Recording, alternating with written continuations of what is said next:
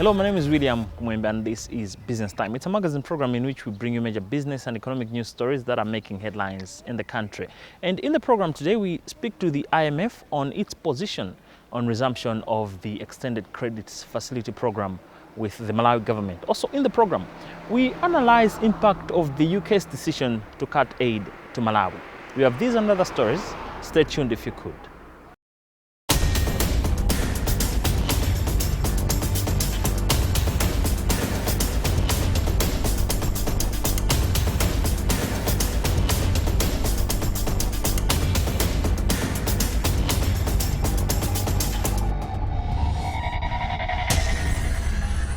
Hello and welcome. This is Business Time, and in our main story in the program today, on Monday the IMF met President Lazarus Chakwera, Vice President Salos Chilima, Reserve Bank of Malawi Governor, as well as officials from the Treasury to discuss, among other things, modalities of getting to a fresh extended credit facility program following the suspension of the program that is last year in 2020. Now, there have been some bottlenecks that have been limiting the country from accessing a new program, according to IMF officials, who say rising debt levels remains one of the key challenges that Malawi needs to rectify as soon as possible. Our journalist in Lilongwe, Taonga Sabola, caught up with African Affairs Director for the IMF, Bebe Selassie, to find out what is at stake as we speak. I came for a couple of reasons. One, first and foremost, of course, to meet government officials here. The new administration, well, it's about a year in, so I guess we can still call it the new administration.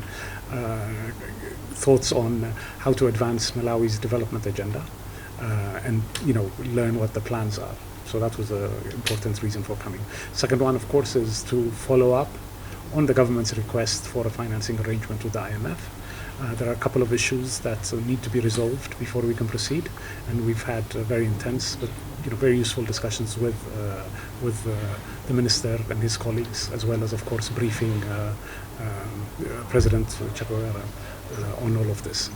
So myself and more importantly, the mission chief Mika Saito will go back, having gathered quite a bit of information, an understanding on how the government intends to address these challenges, and we'll be briefing our managing director on the outcome, and we will continue discussions in the coming weeks. So I think, the minister, has already explained to you all what some of these issues are.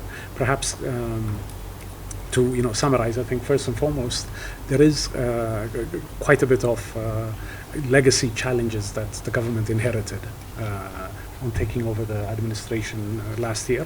This includes a very elevated level of public debt,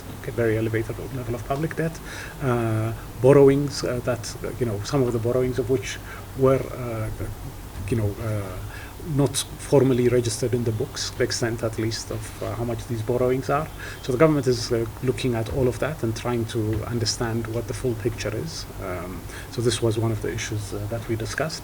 Second, and more importantly, also going forward, how the government intends to tackle very important development goals that it has. I mean, I don't need to tell you how much investment is needed in public health, in public education, and of course also all of the infrastructure agenda, how that is going to be met, how that can be covered going forward, were all part of the issues that we discussed. As I said, these couple of issues that I mentioned need to be addressed, and as soon as they are addressed, we would be in a position to move forward with the program with the IMF. Yes, I mean, the government has requested, and of course it's our role and responsibility to make sure that we deliver on that, and we're working on that.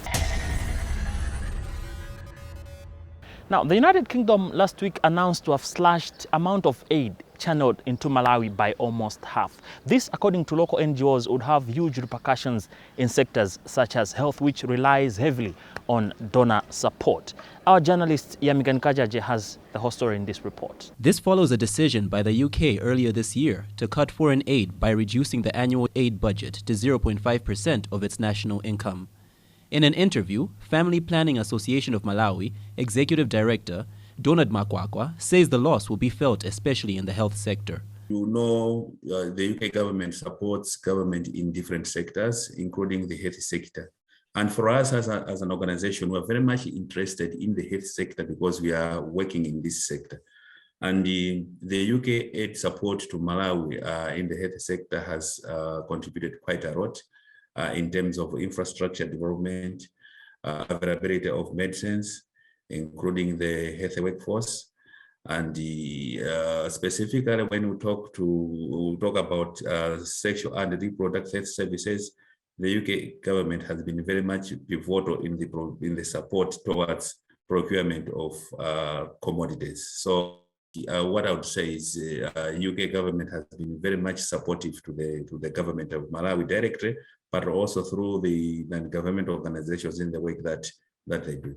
People's Federation for National Peace and Development Executive Director Edward Chaka weighs in his views. To Malawi, this is going to negatively impact us Malawians, more especially children, youths, and women. As you know that much of their funding by the UK government target young people to access family planning products. So definitely the cut will definitely affect these young people who always think large to access these types of products, especially also family planning methods product that our women in the rural areas large to access. Definitely this will also affect them. The other also effect I think will be the climate change as one of their priority areas of funding by the UK government. The National Planning Commission communication specialist, Tom Kanje, says Malawi could be positioned to move towards self-reliance. That donors support us is just, we just enjoy some goodwill, but the donors have no responsibilities of taking care of our needs.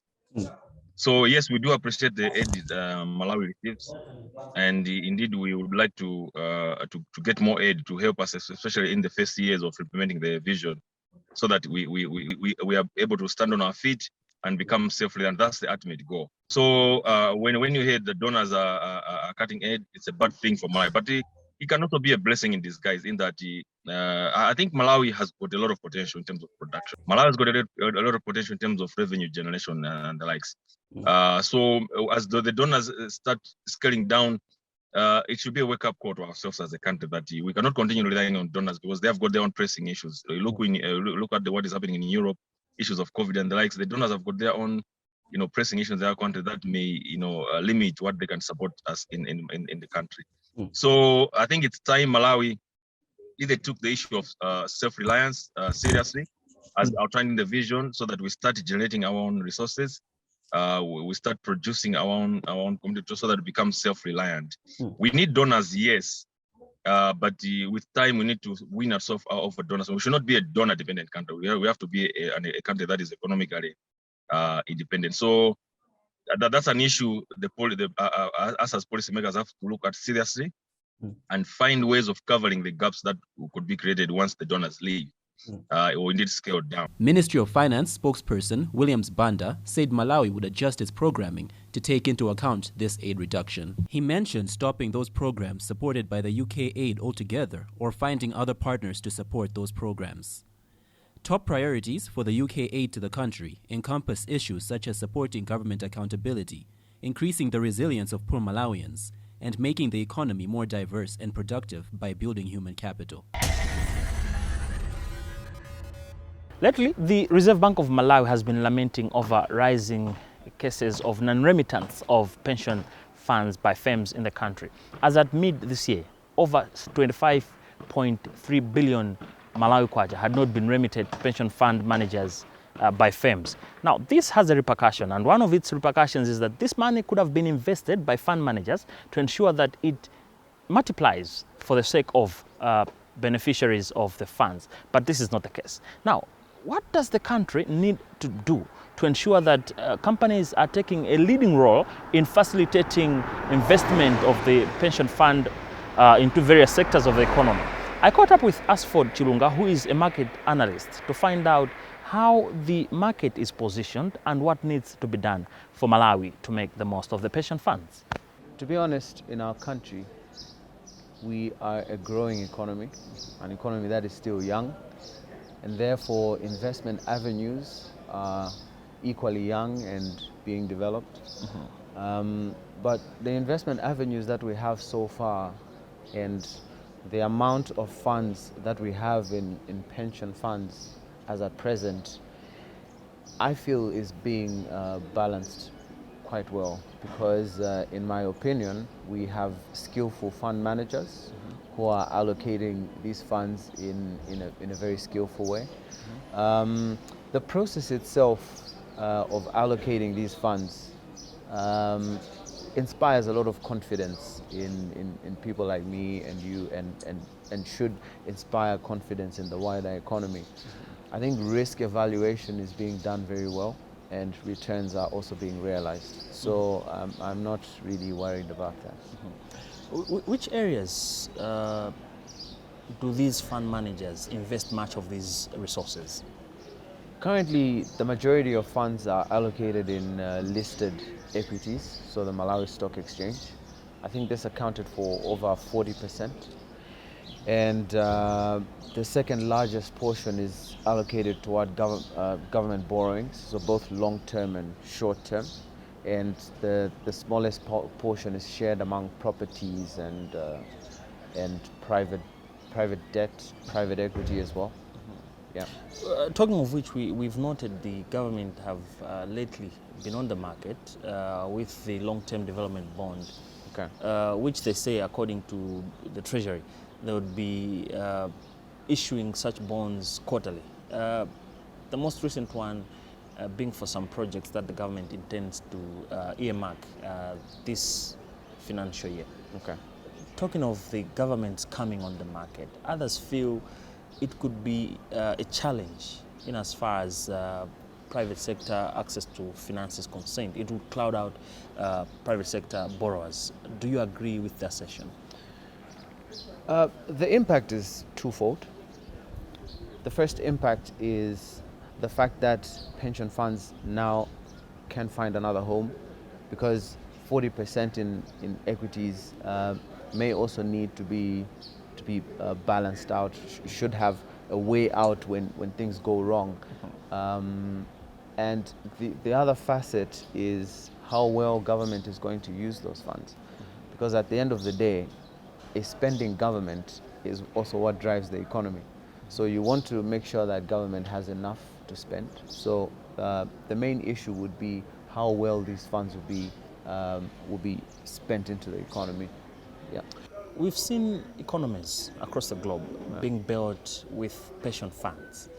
Could this be the case here in Malawi? Yes. Where pension funds would contribute substantially in building an economy. In building the economy? Yes, of course. And not only building the economy, but pension funds have both a quantitative and qualitative economic impact. Quantitatively, pension funds increase capital supply to financial markets, and qualitatively they promote corporate governance. They promote transaction efficiency. I mean, if you own shares as an individual and you want to sell those shares, you want to have a buyer on the other side. And the fact that we have these pension funds avails this transaction efficiency. So yes, I absolutely believe that pension funds have an economic advantage. Fund managers appear to be more radical in identifying windows through which they should invest these resources. To an extent, we've noted even that some funds seem to be lying idle somewhere. If you are to elaborate, what are the risks associated with such investments? It has to be a balanced equation all the time. And the balancing is the balancing of risk and return. It is not a good idea to have a pension fund that is completely illiquid. All funds are locked into investment avenues. It is not safe.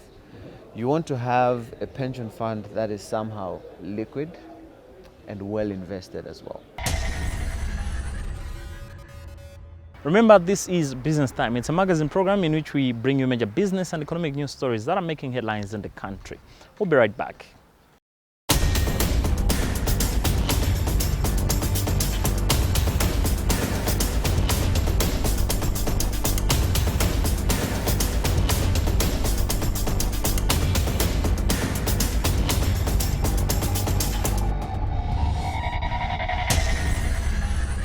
Welcome back to Business Time, and moving on with the program. Malawi, an agrarian economy, has been heavily relying on tobacco as its main cash crop, which has, of course, for the past years been attracting a substantial amount of forex. But at the onset of time, both output and revenue from the leaf has been going down, a situation that has forced authorities to contemplate on modalities that would find alternative crops. Cannabis is one of such. But the question is, would cannabis be the next big thing, considering how structured the tobacco industry has been? Recently, the Cannabis Authority announced to have had received about 72 applications for cultivation and trade in the commodity. Our journalist, Justin Mkweo, has been following trends since the announcement or the passing of the law regarding the cannabis to find out how Malawi is prepared for the trade. CRA last week said over 72 companies and cooperatives have now acquired licenses to cultivate and trade in industrial and medicinal hemp. The number has increased from 35 in April this year. The authority says it was impressed with the market's response for cultivation and the commodity, which is seen as a possible complement of Malawi's main export crop, tobacco. CRA board chairperson Boniface Kazamira told stakeholders in Blantyre that some of the companies and cooperatives were from the rural areas. He said most of licenses are for industrial cannabis compared to medicinal. He said the public seems to now understand cannabis market dynamics.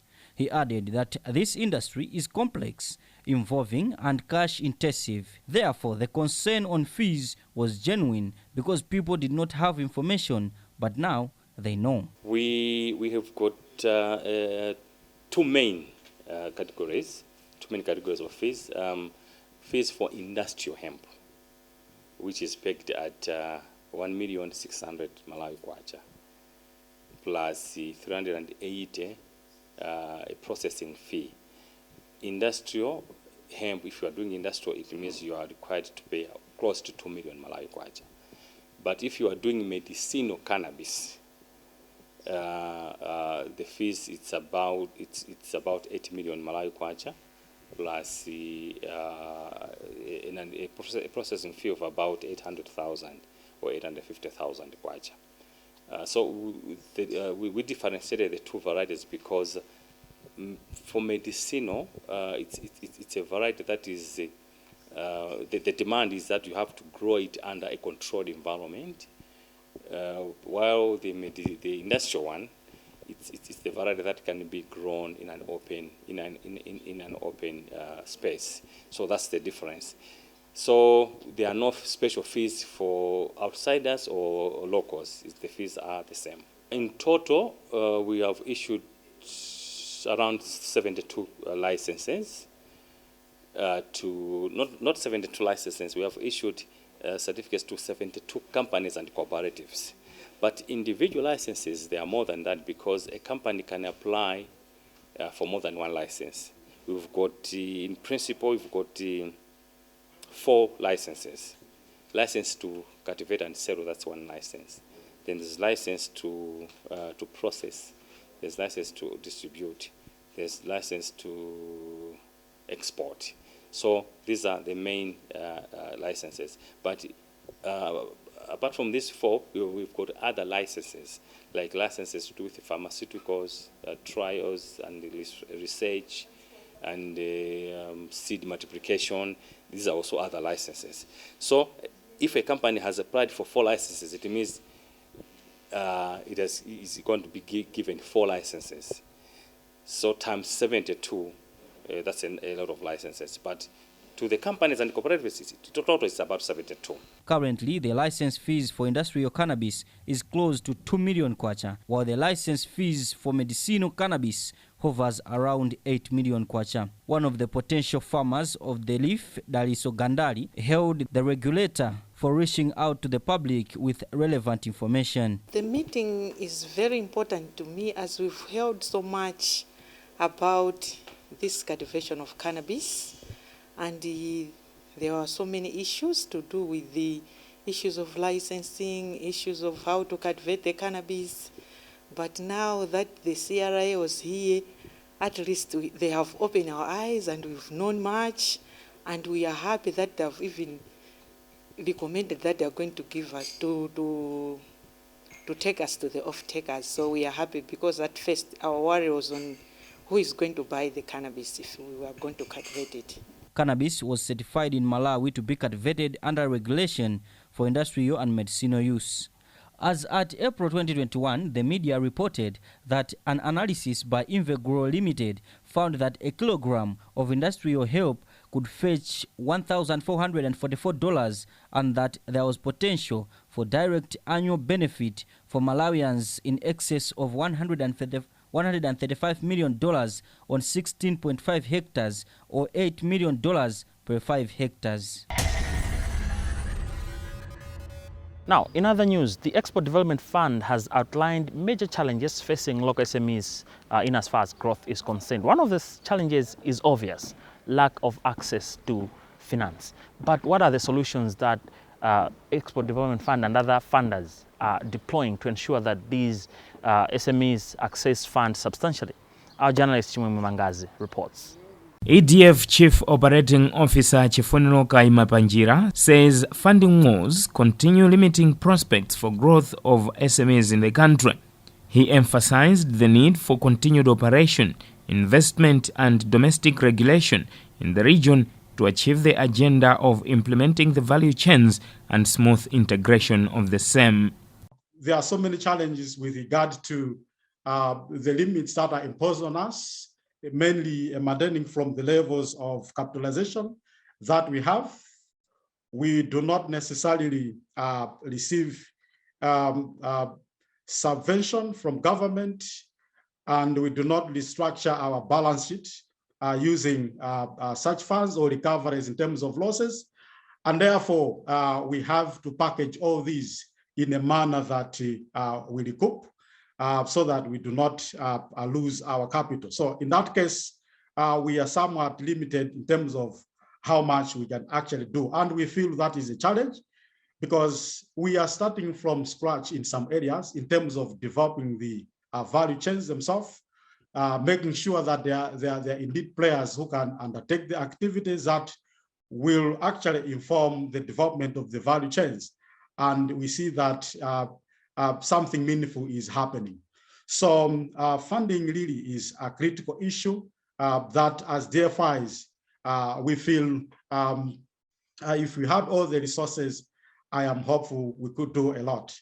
So we feel that continued cooperation in the areas of trade, investment, and domestic regulation in the region really assume critical significance if we must achieve the agenda of implementing and developing the value chains to integrate ourselves in the region. Regional Manager for Botswana-based Local Enterprise Authority, Dinah Solani, says studies they conducted uncovered gaps in value chain actors and service providers and the policy environment. The gaps are at 3 levels. You have what you call value chain actors, you have value chain service providers, and you also have a institutional policy or the institutional or the policy environment under which those sectors are operating under. We have realized that there are bottlenecks that is preventing the attractiveness or the uptake of the opportunities by entrepreneurs, investors, and financiers. Most of the actors currently in all of these value chains, except for leather, where there were not really players per se. We were just exporting all our hides and skins raw without any value addition having been done. But the rest of the other value chains, you find that there is a little bit of activity around primary production, but that activity is not coordinated. There's information asymmetry. The market is not linked. The institutional support is weak. So there is full dependent of the local producers from inputs that are imported. There are no local inputs. You also have where you don't have any technical support as well. For some industries such as leather, you also have skills issue there. One of the participants, Lankosi Nkontagama, said implementation of standards and quality principles builds resilience. Well, that story also brings us to the end of today's edition of the program Business Time. It's a magazine program in which we bring you major business as well as economics news stories that are making headlines in the country. On behalf of the entire production team, my name is William Kumwembe. Always remember, if it doesn't make money, then it doesn't make sense. Stay safe and bye for now.